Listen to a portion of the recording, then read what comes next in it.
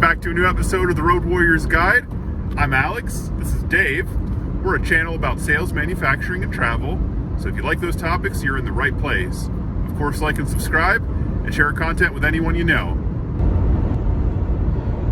So today, Dave and I are driving to Reno, Nevada. Not much out here, but we wanted to take some time to talk about a really important thing in sales, which is overcoming objections. It's something you're inevitably going to deal with when you're out making calls and you're dealing with customers. When you quote things and you're talking about selling your product, there's always going to be customers that are going to be giving you objections and reasons for why they don't want to buy your product. So today, Dave and I wanted to talk about our top 10 things for objections that we run into and solutions for how you can overcome those objections. So Dave and I will give our advice, and we'll give you some solutions that maybe will help you when you're out in the field. Okay, so our first objection for today is lack of need. It's probably the biggest one we run into, and it's the thought that a customer doesn't need your product, it's not going to help them, and they just don't have an interest purchasing it because they don't think there's a need or demand for that product. That's the biggest one we run into. My solution to when you run into a customer that thinks they have a lack of need for your product is, number one, demonstrating value.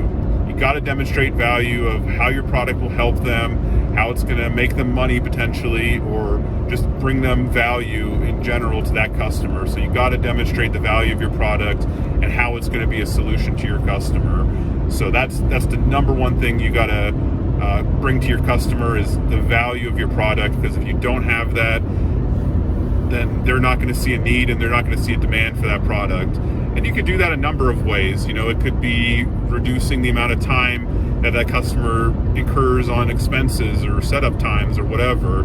It could also be demonstrating the value of the return on the investment. If you buy this product, it's going to bring you more business, or it's just going to help them in their everyday life or something like that. So you got to bring something of value and need to that customer. I'll let Dave give his thoughts on how he overcomes his lack of need. Yeah, so and number one thing in sales is need. So Alex is exactly right. If there's no need, there's no sale. So besides showing value to something they maybe have never thought about before, when it comes to considering, equipment, adding equipment, or needing different equipment or additional equipment. Another thing, besides adding value, like Alex said, is to provide a vision for them. Sometimes they have not seen everything, and we go out and we see a lot. So when we come into their shop and get to know them, we've done our research on them. Sometimes we can go walking in there with a vision for them. Like, for example, one customer, they built their whole business on milling with a vertical machine, from the vertical orientation or configuration. And a lot of parts are better produced when the spindle comes from the horizontal orientation. So we've got a really great customer. He's bought 6 machines now that we were able to help them see the vision of processing the part differently from the horizontal rather than the vertical, and now they're just really doing great. And so you have to bring a vision sometimes and back it up with knowledge and with experience.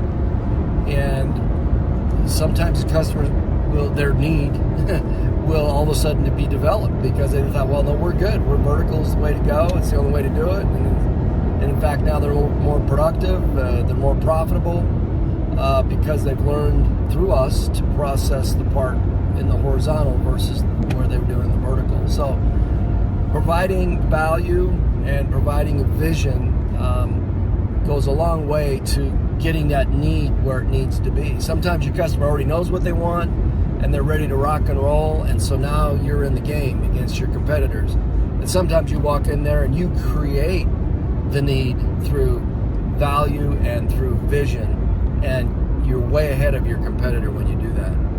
Excellent point, Dave. So our second objection is lack of trust.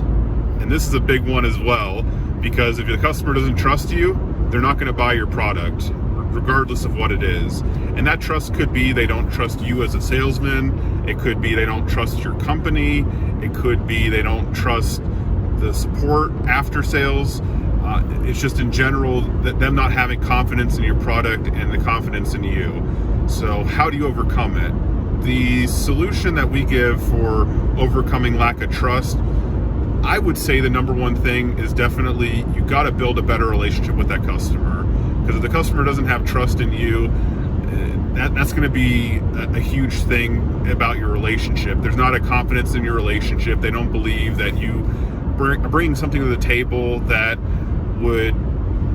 they can trust if you need something that you can help them. So that's a really big thing. Is you got to have that confidence in yourself. You got to have confidence in your product, and you got to demonstrate that confidence, that trust that you're going to support that customer regardless of the situation. So that's the main thing, is you got to build that confidence.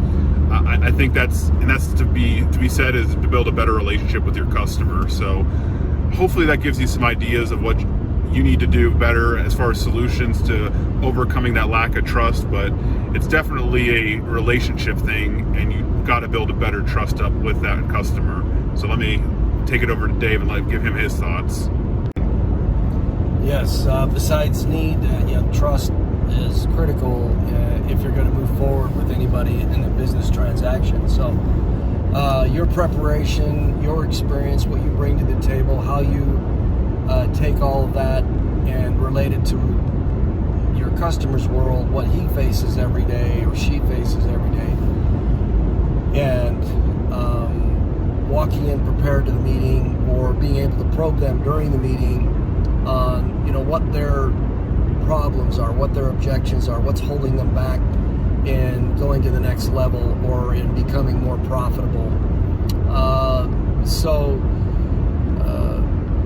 As you are probing, as you are connecting with them, everything you say, every question that you ask, every time that you listen to them is an opportunity to build that trust. Because on the other side of the table, they're going, would I buy a machine from this guy? Am I going to spend $300,000 or $100,000 or $1 million with this guy? Am I going to get in the foxhole with this guy after the machine's here? Because there's that foxhole mentality where you're on the front lines after the deal is done and stuff happens. Is this guy going to be there for me? Or is he just going to, a quick sale and I'll never see him again? So you want to be able to connect with them in a way that they know you're serious and you can roll with things and that you got the customer's back. So that's part of building that trust. And they like to be spoken to a certain way. They like to be presented things a certain way, and they like enough leeway to be able to buy rather than have something shoved down their throat and sold to. It's a dance, and but need and trust are critical to be able to go forward in the sales process. So the third objection that we run into, that's a pretty big one as well, is going to be lack of budget or pricing.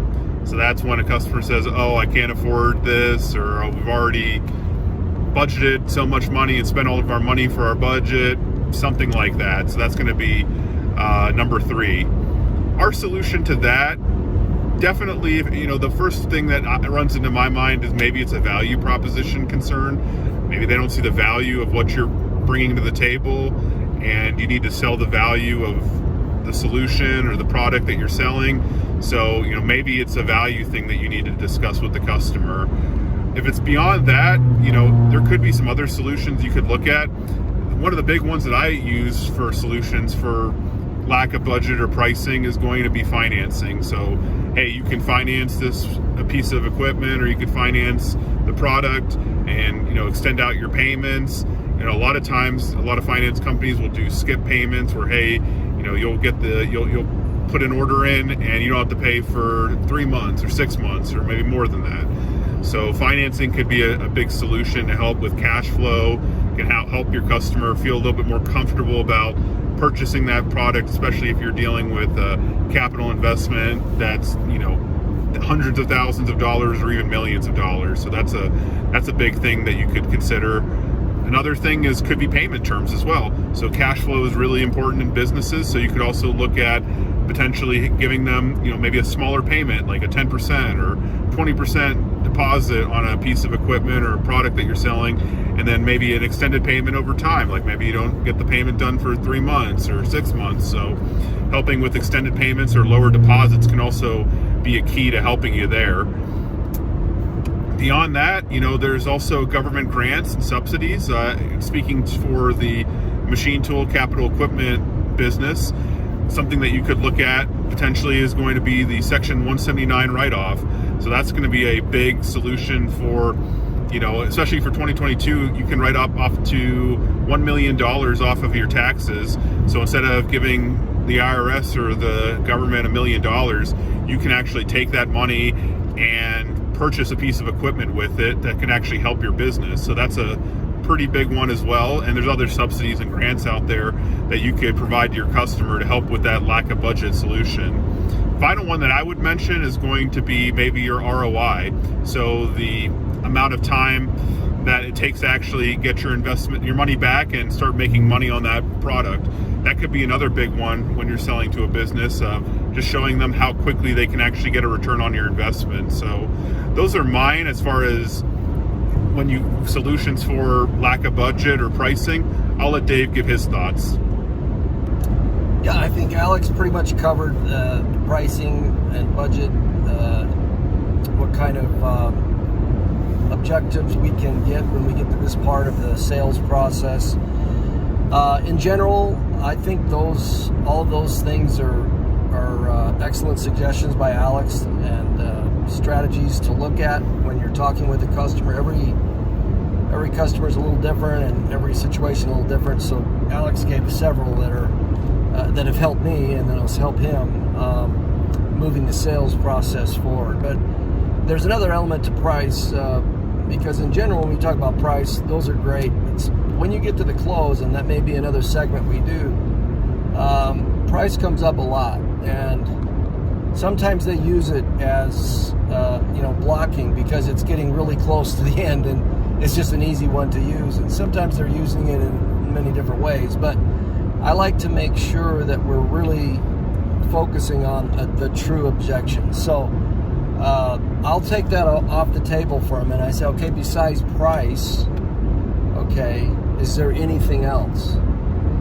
And a lot of times they'll come back and say, no, it's really price. Or they'll come back and say, well, yeah, but the terms, or I'm concerned about delivery, or, I need to ask my wife, or I don't know you guys good enough yet, or something else may come out. If you're really good about it, it might be price, and it might be something else even bigger than price in their mind. So that's a whole nother segment.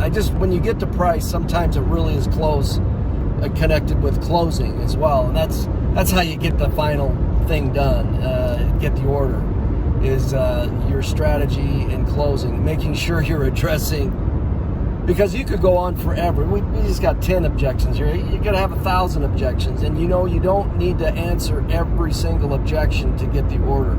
You just need to focus on the ones that really matter. So we're just talking about the ones in general, the 10 that really matter. We're on number 3. But when you get to price, it's also connected to closing. So just keep that in mind, because you will be facing that again as the sales process comes to the end, where you're asking for the order, getting the order. So, but everything Alex said is just right on. And there may be others. We don't have everything. We're driving and talking at the same time. So, but all of those suggestions that Alex provided are excellent. I've used every single one of them. So that's Good it. point, Dave. Yeah. Very good point. So number 4, as far as most common objections that Dave and I come across, is going to be delivery. This is a big one, and honestly, maybe the hardest objection to overcome with the customer, especially if there's a time urgency or they believe that they need to get something really quickly. Especially, I mentioned the 179 write-off, where one of the key factors of that 179 write-off is you have to have a piece of equipment on your floor by the end of the year. So when that comes into play and there's delivery, that can be a pretty big objection, and that could really play into who actually is going to get the order.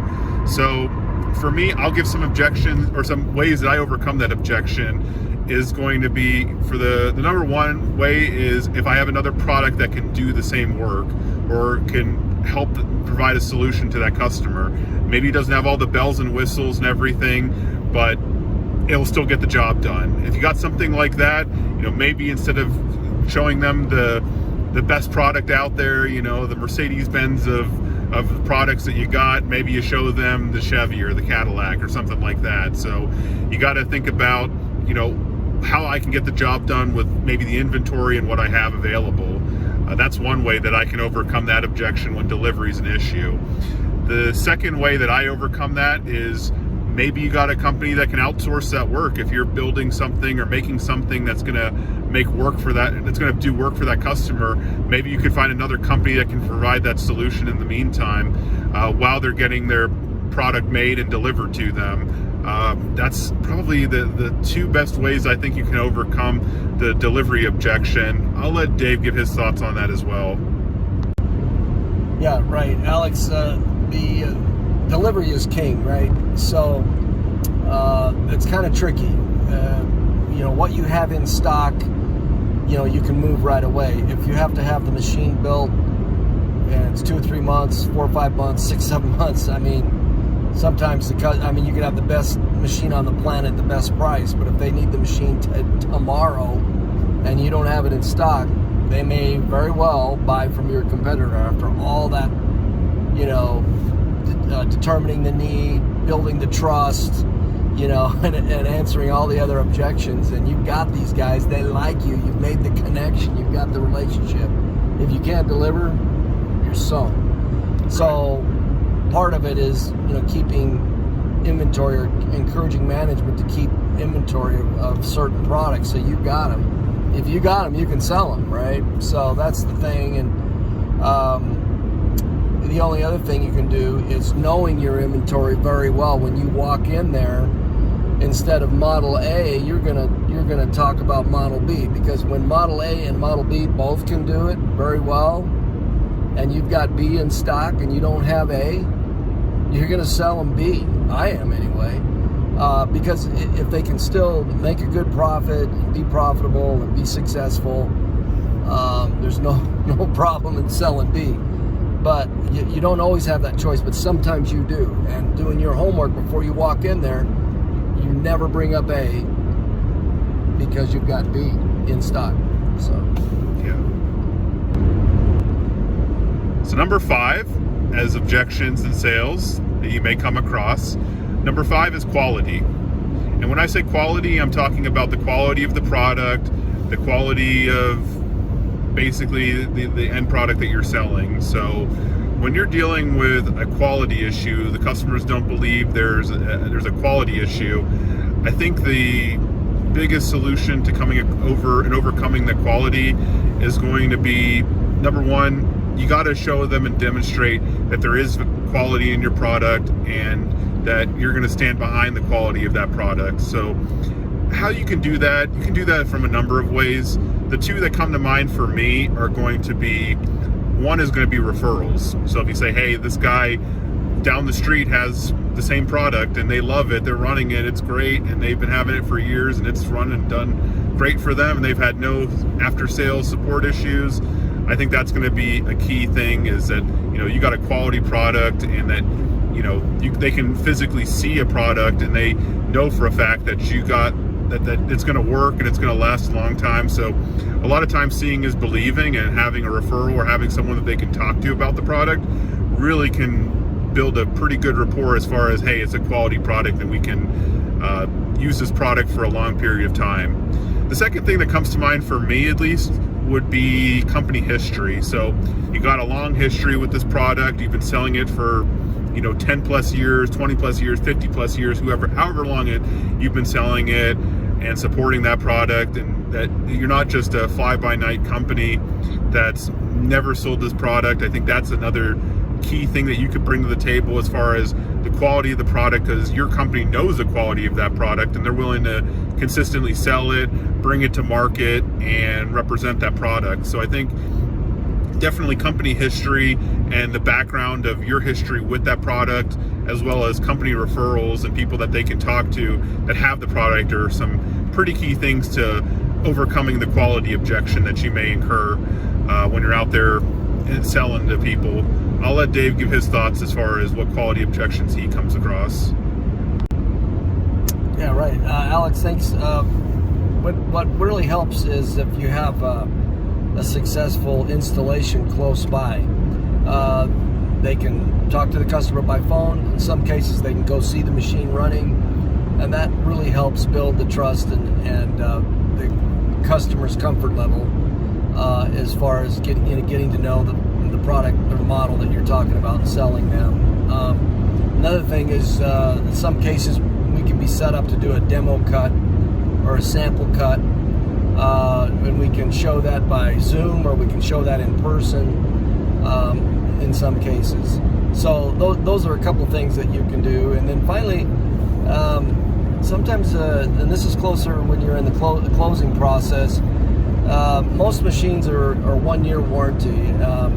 So sometimes the customer will feel that added comfort in going forward with you if you give them another year of warranty in the deal. So it does cut into the cost some, but especially if they're first-time buyer, that may be the way to open up for several machines down the road. If you feel like there's the opportunity there to take a little bit less on the first deal in, because the cost of the sale go up when you add an extra year of warranty, but it may be quite worth it. So that's another thing that can help build the confidence in the product and in you as you're going through the sales process. So yeah, I think that's about it. All right, moving on. The number 6 objection in sales that Dave and I come across is going to be after sales support. This is pretty similar to quality, because a lot of people equate the quality of a product to how it's supported on the after sales side. So there may be some overlap between quality and after sales support, but there definitely is a difference, because you could have a quality product, but maybe the after sales support's not so good. So that's why we're going to separate those two. As far as solutions for overcoming after sales support objections that we come across, again, referrals is going to be a key. A customer that's already done business with you and has that product, and them talking about the value of the after sales support. Hey, you were able to come on site, get me up and running, and take care of my product as fast as possible, and troubleshoot the issues that I came across. So I think referrals definitely is going to be a big one that you're going to come across. I think for solutions maybe to help people see that there's value in your support. Another thing I would definitely say as far as referrals is, maybe get the service support on the phone with the customer and let them talk directly to the customer, give them the confidence that, hey, this guy knows what he's talking about, and can help me through a bind or help me through a situation. So testimonial from customers, as well as having them talk to your support team, I think is going to be critical to giving them the confidence in the after sales support. The other one that comes to mind for me, at least, is going to be maybe an extended warranty makes sense. Maybe showing them that, hey, we're warrantying our parts. We believe in the warranty on the equipment or whatever we're selling for the product. That can also be a key thing to the after sales support, to let them know that we really believe in our product and we're going to support you 100% through the whole process. So to me, that's kind of what I would envision would be the best ways to overcome that objection when people are concerned about your after sales support. I think those would be the key factors to overcoming that objection. I'll let Dave give his thoughts. Yeah, in addition to that, parts, having them locally in the States so we could get them overnighted or locally in town, goes a long ways to giving the comfort that the customer would like, if he's going to be making this decision on buying a machine, if something goes wrong and he needs a part, does he have to wait and get it from across the world, or is it just here in the U.S. or across town? So being able to explain to the customer and connect with the customer on how great your inventory is, how easy it is to get parts and support. The other part of the support is maybe you have a local service guy right down the street that actually would install the machine. If the guy's sharp and you work really well together, somewhere during the sales process, or maybe even at the close, I'd have the guy in there with us to give that extra support and comfort to the customer. It also goes a long ways, putting guarantees in the contract, like 24/7, support, responding to any issue within 24 hours. It goes a long ways to write it, but also to have the service guy there with you.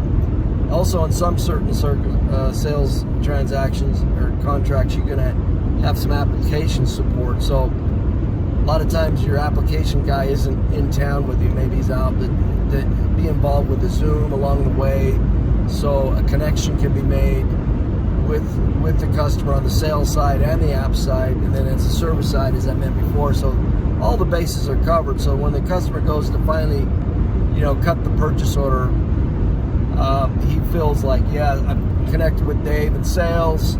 I've met his service guy. His apps guy is amazing. I'm going to go with these guys, and their product, it hits all the points that we need to be profitable and productive. So those are some of the things that you can do to help your customer as he makes his decision if he's going to go with you or not. Each one of those are critical in being successful in the sales. So number 7 on our list of objections is going to be lack of urgency.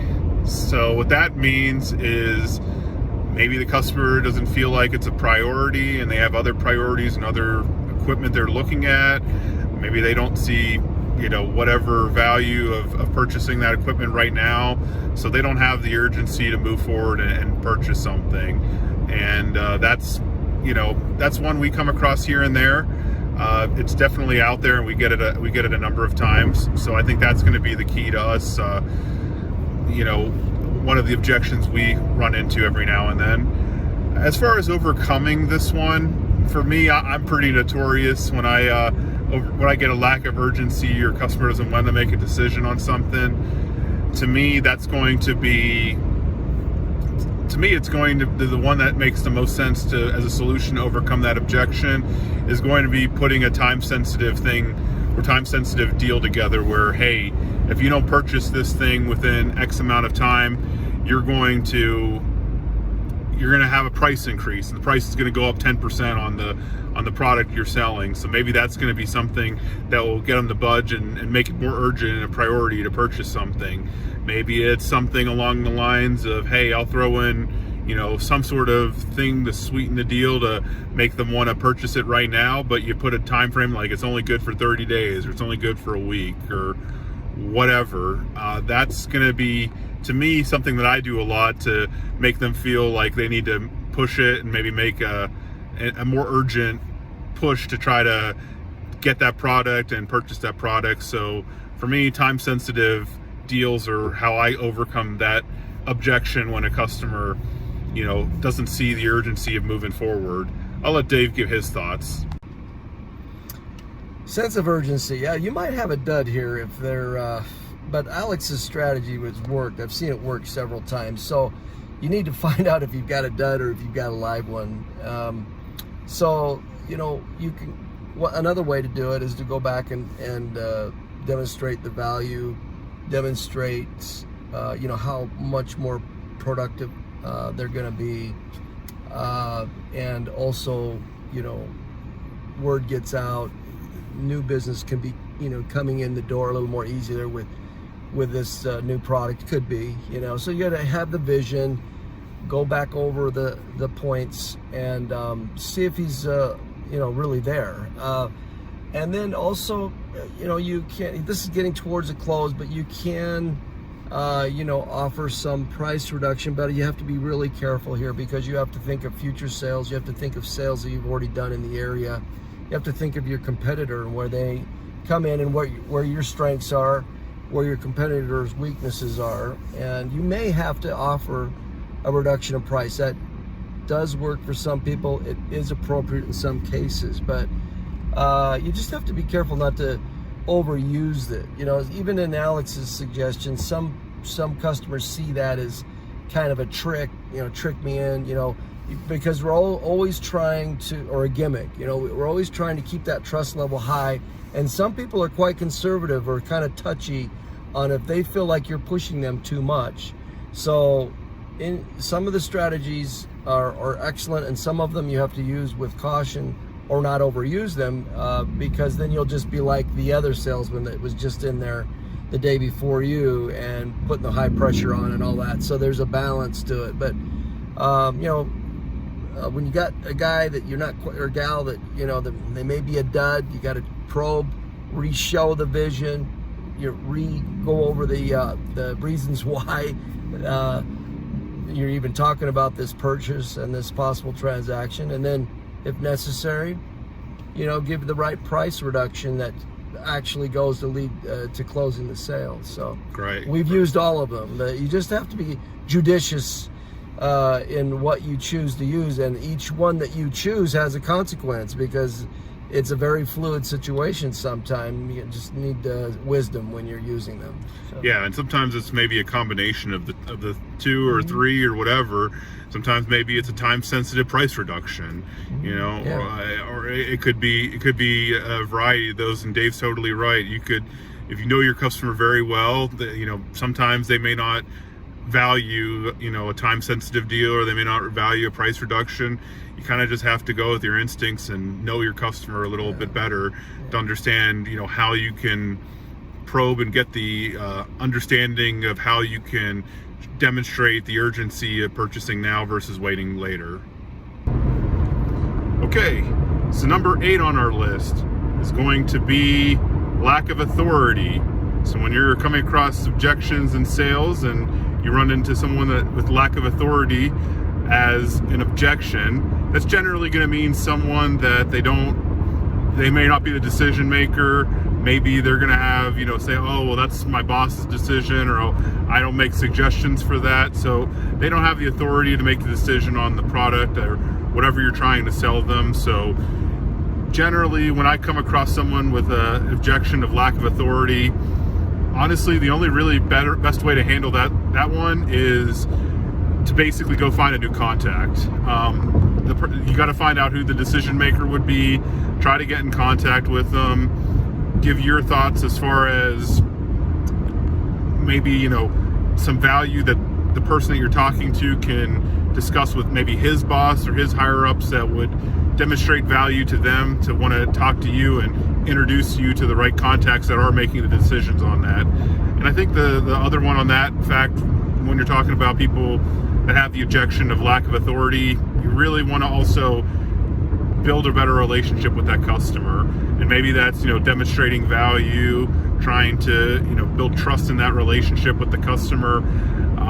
They all kind of factor in here. And I think that's going to be a key, is when you're dealing with a situation where there's a lack of authority, you really want to be in a situation where you try to get in front of the right decision maker. And I think that will make the difference when you come across that objection. Yeah, if you're dealing with someone that doesn't really have the authority, you want to try to find that out right away. Sometimes you know that, and sometimes it's not so easy to read if this person that you're working with really has the authority. So it's kind of a delicate thing, because you don't want to insult the person, like, hey, I need to be talking to somebody else. But,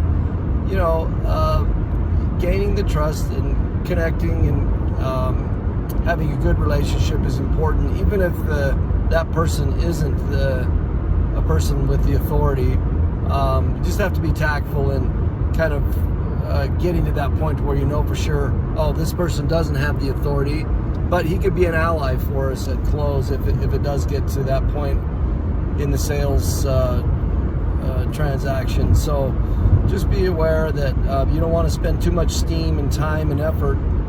I mean, it's important to have a relationship and build trust and determine if there's need and all those things. But you want to be able to get to the person that really is making the decision. So just keep that in mind as you're getting into a new company. You're not quite sure if you're feeling like, is this guy or gal the right one? And if there's a question, then you need to find out the sooner than later, because you don't want to be spinning your wheels, so. Absolutely. I mean, it could be as simple as just asking, who's the decision maker when it comes to purchasing equipment or purchasing that particular product. But Dave's right. You want to be tactful, because you can offend people, and especially if they're the ones that contribute to that decision.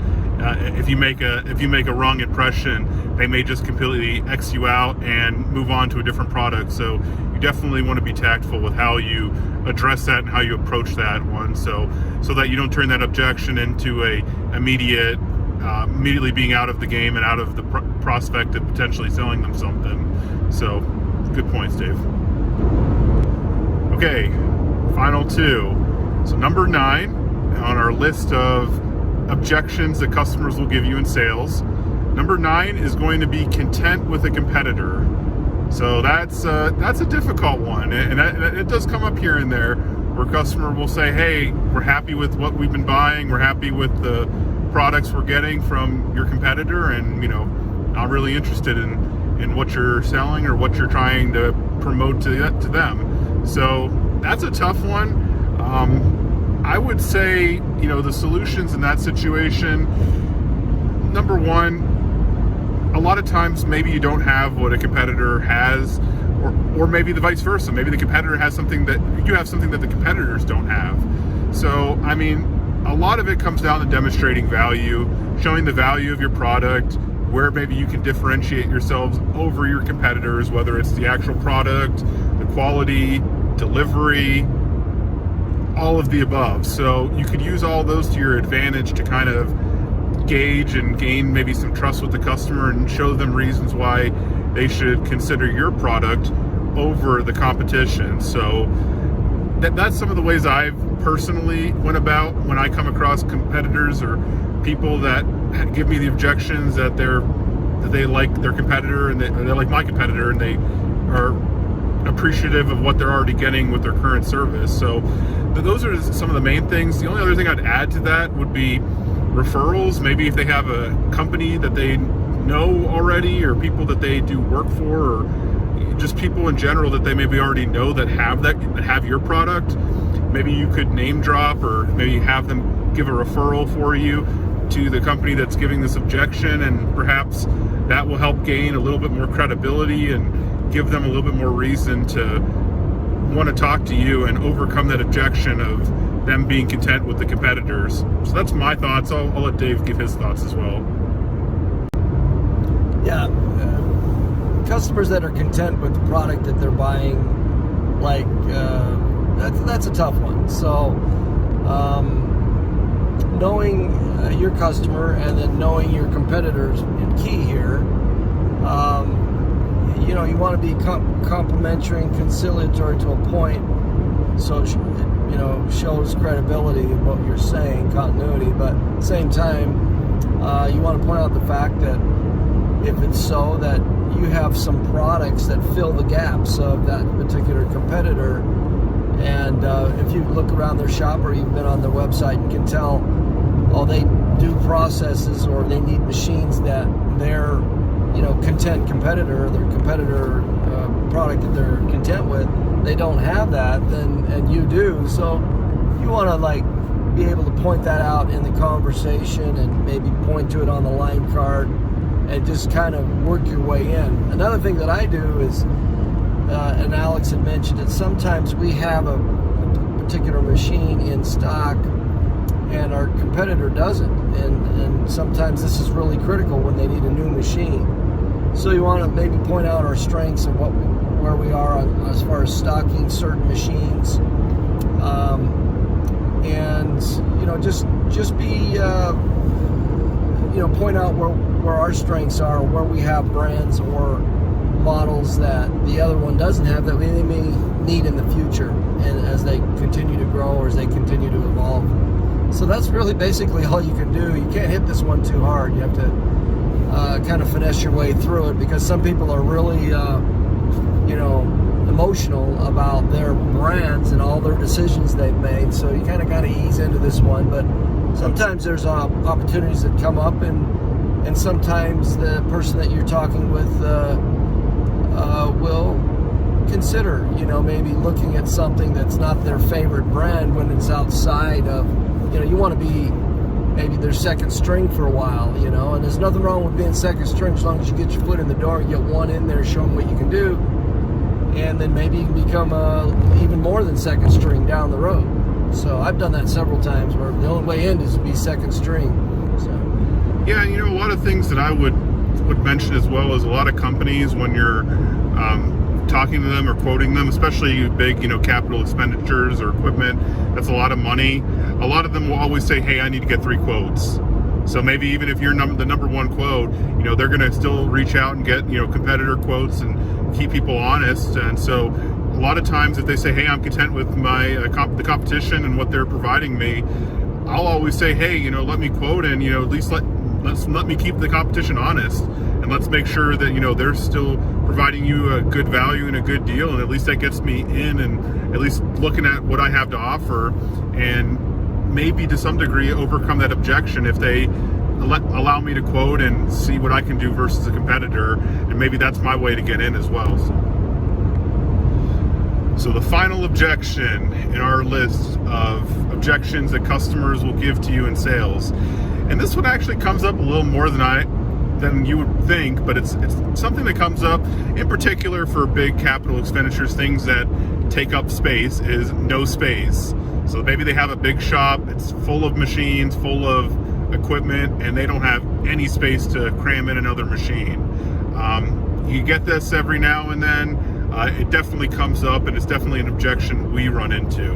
So how do we overcome it? So to us, the main key to overcoming that objection, I think, is being creative with the customer on a few different ideas. So the first one could be as simple as, hey, are you guys looking at a new building? Are you looking at a new place that you can maybe store all this equipment or add on to what you're currently doing? And kind of hear about some of their expansion plans and what they're thinking about down the road for potential opportunities or maybe new opportunities. So that's a critical one you could ask and try to overcome that objection of, if they're looking at a new building, they're looking at new land. It definitely can lay the groundwork for you being able to overcome that objection and maybe build a rapport and get potentially a machine in there, your product in there if you're dealing with large capital expenditure equipment, kind of like what we're dealing with for machine tools. So that's one way you can get around it. The other way for overcoming this objection is you could talk about maybe replacing an old piece of equipment. So maybe you have a piece of equipment that they have, it's a 20-year-old piece of equipment, it's kind of beat up, it's not really being very productive. In that situation, maybe it makes a lot of sense to go to your customer and ask them about replacing it, maybe giving them a trade-in value for that piece of equipment and getting them a new piece of equipment that's going to be way more productive than what they're currently doing. So that's also a way you can get around that objection that's worked very well for me and Dave in the past. Final way that I would say you can overcome this objection, it could be as simple as rearranging the floor plan of their shop. I know Dave's won a lot of deals that way, where he thinks outside the box and says, hey, you're spending all this space, in your shop, putting, material racks and all that. You could put all that outside and put a new machine in there. Hey, you could take half of that shop out and, build like a mezzanine above your shop and put all your parts and stuff, on top of where all the machines are. So you could think of creative ways like that where they can kind of rearrange their shop and give some suggestions where maybe they can find additional space that they really didn't think about before that would give them the necessary space to buy the equipment they're really looking for. So those are some of the ways I overcome this objection. Dave deals with this quite a bit, so I'm going to give him a shot to kind of answer this and give his thoughts on how to overcome this objection. Yeah, no, Alex is right. All of those are excellent